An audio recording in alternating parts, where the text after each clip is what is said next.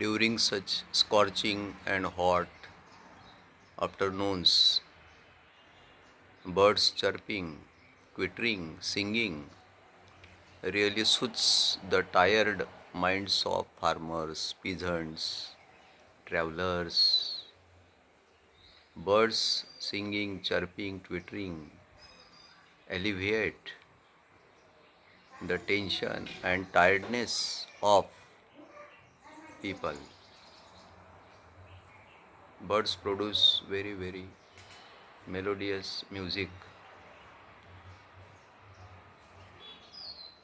They are very wonderful creatures, very colorful creatures made by nature.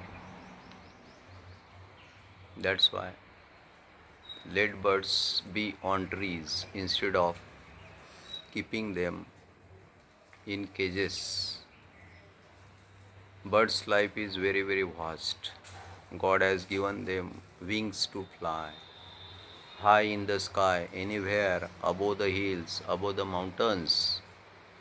That's why by keeping them in cage, we need not deprive them of their freedom of flying, singing, eating.